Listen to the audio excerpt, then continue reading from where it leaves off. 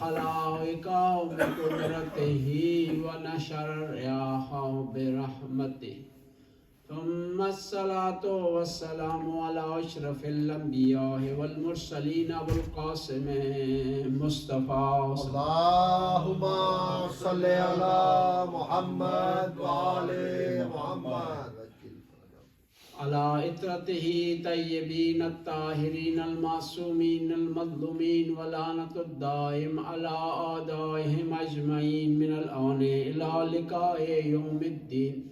بسم الله الرحمن الرحيم. إنك ستدرك يا جابر رجلا من أهل بيته اسمه اسمي وشمائله شمائلي يبكر العلم بکرا فإذا لقيته فقره عني السلام. صلوات اللهم صل على محمد وآل محمد. پیغمبر گرامی کا ارشاد ہوتا ہے، اے باکر تو میری آل بیت میں سے ایک شخص کو ملے گا جس کا نام میرے نام پر ہوگا، جس کی شخصیت میری شخصیت جیسی ہوگی، اور وہ علم کو کھولنے والا ہوگا. جب تو اس سے ملے تو میری طرف سے سلام کہنا. امام باقر کی ولادت ہے آج، اور کچھ خصوصیات جو امام باقر کی زندگی میں پائی جاتی ہے، آپ کے نام گرامی میں پائی جاتی ہیں، وہ دوسرے ائمہ اطہار کی زندگی میں نہیں پائی جاتی. پہلا یہ ہے کہ 50 سال قبل، آپ کی ولادت کے 50 سال قبل پیغمبر نے پیشن گوئی کی امام باقر کے آنے کی اور امام باقر کی ولادت کی. اور اسی چیز سے ثابت ہوتا ہے کہ ہمارے نبی حق پر تھے. ایسی باتیں انہوں نے بتائیں جو بعد میں حقیقت ثابت ہوئی. اب لوگ سوال کرتے ہیں کہ آپ بتائیں کہ آپ کیوں کہتے ہیں کہ نبی اور ان کی آل علم غیب رکھتے تھے. ہم کہیں گے نبی کریم کی آئندہ کے متعلق خبر دینا، آئندہ سے متعلق پیشن گوئی کرنا اس بات پر دلیل ہے کہ نبی علم غیب رکھتے تھے. یہ ایک روایت ہے جس میں نبی کریم نے آئندہ کی خبر دی ہے. اس میں 2 خبریں پائی جاتی ہیں. ایک یہ خبر پائی جاتی ہے کہ جابر تو اس وقت تک زندہ رہے گا. نبی کریم کے جو اصحاب کافی دیر تک زندہ رہے ہیں، جن کو خدا نے لمبی عمر دی ہے، ان میں سے جابر بن عبداللہ انصاری تھے. مدینے میں جا رہے ہیں، امام باقر نے سلام کیا تو کہنے لگے اے بچے تو کون ہے، تیرے اس سلام سے مجھے خوشبو آئی ہے. کہا کہ میرا نام محمد ہے، میں زین العابدین کا بیٹا ہوں. کہا تو وہی ہے جس کے بارے میں پیغمبر نے مجھے خوشخبری دی تھی. جب امام باقر کی ملاقات ہوئی ہے نا جناب جابر سے، اس وقت جابر کی بینائی نہیں تھی، دیکھ نہیں سکتے تھے لیکن درک کر سکتے تھے. انسان جب آل بیت کا معرفت شناس ہو جائے نا تو اس کو بینائی کی ضرورت نہیں پڑتی. انسان تو دور کی بات ہے، بعض اوقات جانور ہوتے ہیں جو آل بیت کی معرفت رکھتے ہیں، اور یہ جانور ان انسانوں سے بہتر ہیں جو معرفت نہیں رکھتے. جب ایک خاتون جا رہی تھی امام علی سے جھگڑا کرنے کے لیے تو کتے ایک جگہ کے بولے، انہوں نے آواز دی اور فوراً اس خاتون کو یاد آ گیا پیغمبر نے کہا تھا کہ تو ایک سفر پر جا رہی ہوگی اور وہ سفر تیرا ناحق ہوگا، اور فلاں جگہ پر آ کر کے کتے بولیں گے، تجھے اشارہ دیں گے. بس بعض اوقات یہ ہوتا ہے انسان کی آنکھیں ہوتی ہیں لیکن قرآن سے کہتا ہے وہ اندھا ہے، اور بعض اوقات انسان کی آنکھیں نہیں ہوتی، بینائی نہیں ہوتی، لیکن وہ امام باقر کو درک کر لیتا ہے، خوشبو سونگھ لیتا ہے. اور پھر خدا نے حافظہ دیا ہے جابر بن عبداللہ انصاری. انسان اتنی لمبی 50 سال کی بات بھول جاتا ہے، لیکن جابر بن عبداللہ انصاری نہیں بھولے.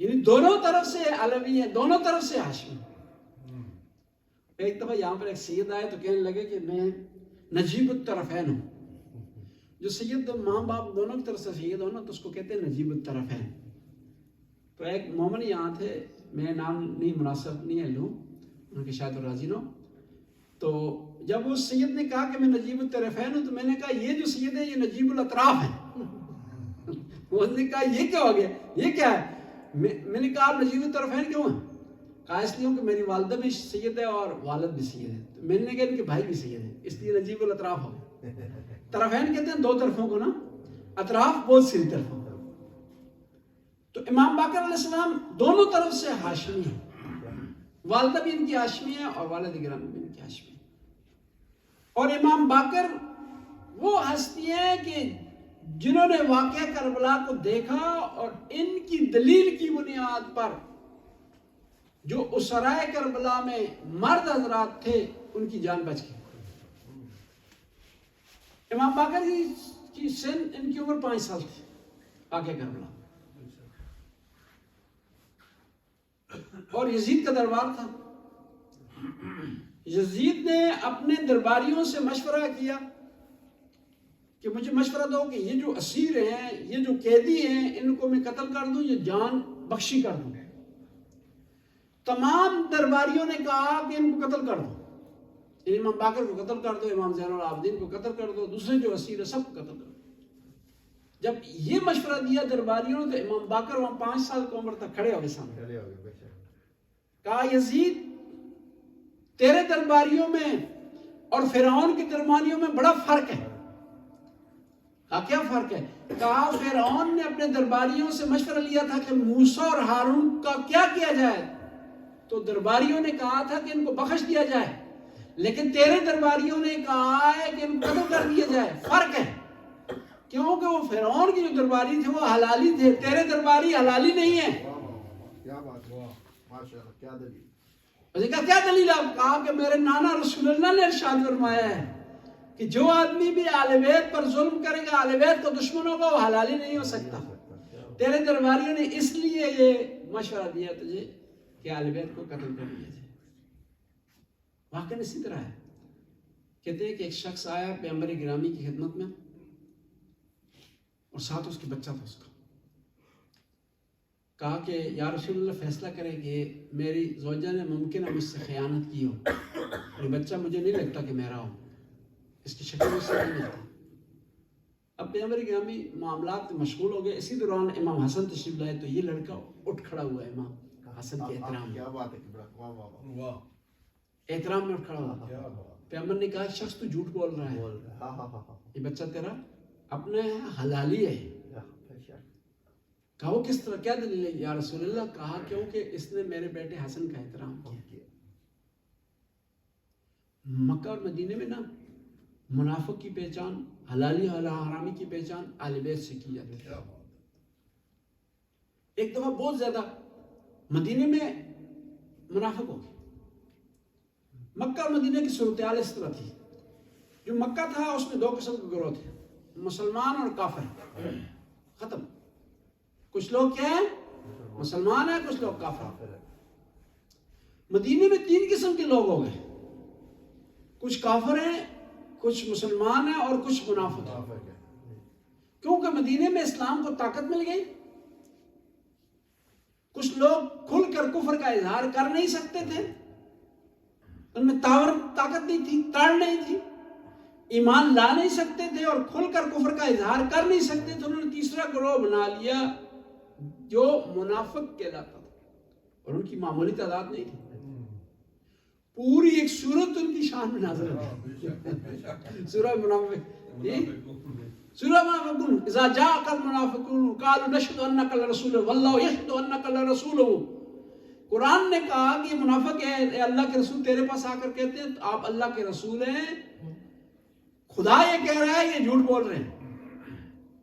میں آپ سے سوال کرتا ہوں، منافق جب یہ آ کر کہتے تھے کہ آپ اللہ کے رسول ہیں، یہ بات سچ تھی جھوٹی تھی؟ سچی تھی ظاہری طور پر، لیکن کیونکہ ان کے عقیدے سے مطابقت نہیں رکھتی تھی، اس لیے قرآن نے کہا جھوٹی ہے۔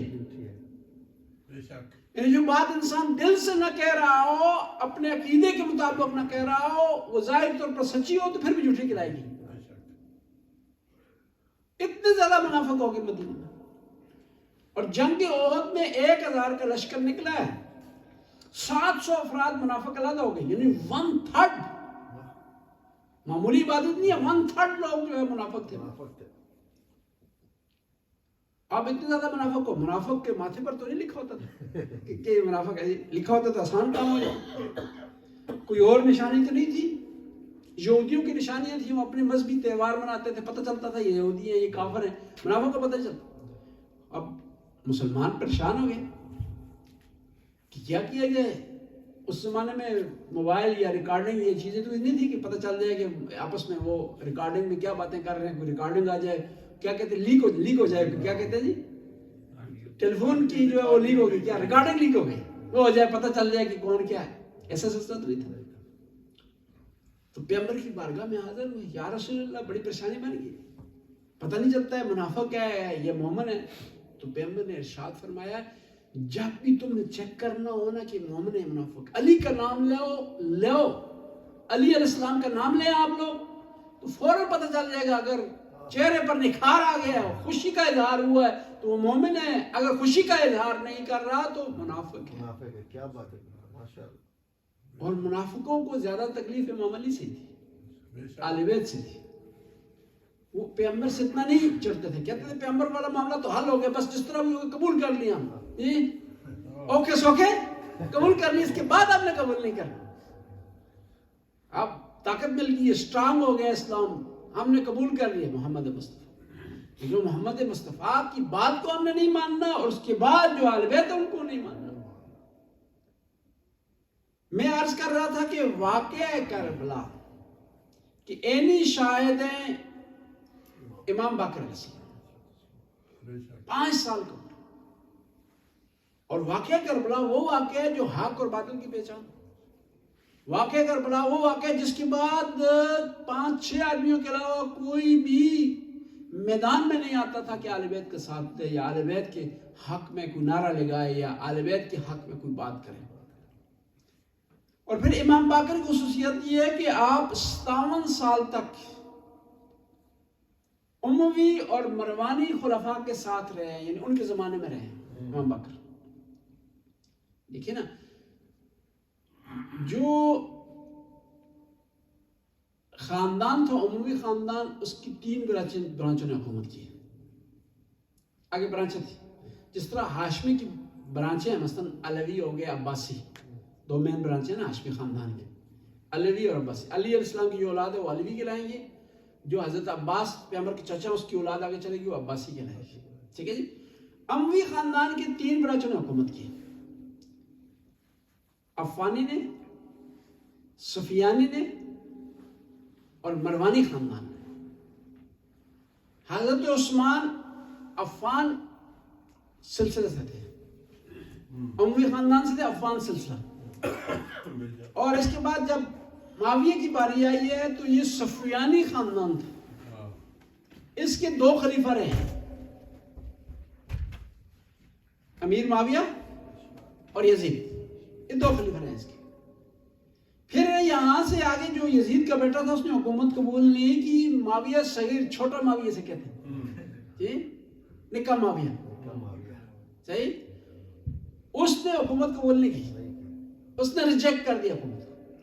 اب یہ حکومت چلی گئی ہے کس کے پاس؟ مروانی خاندان کے پاس.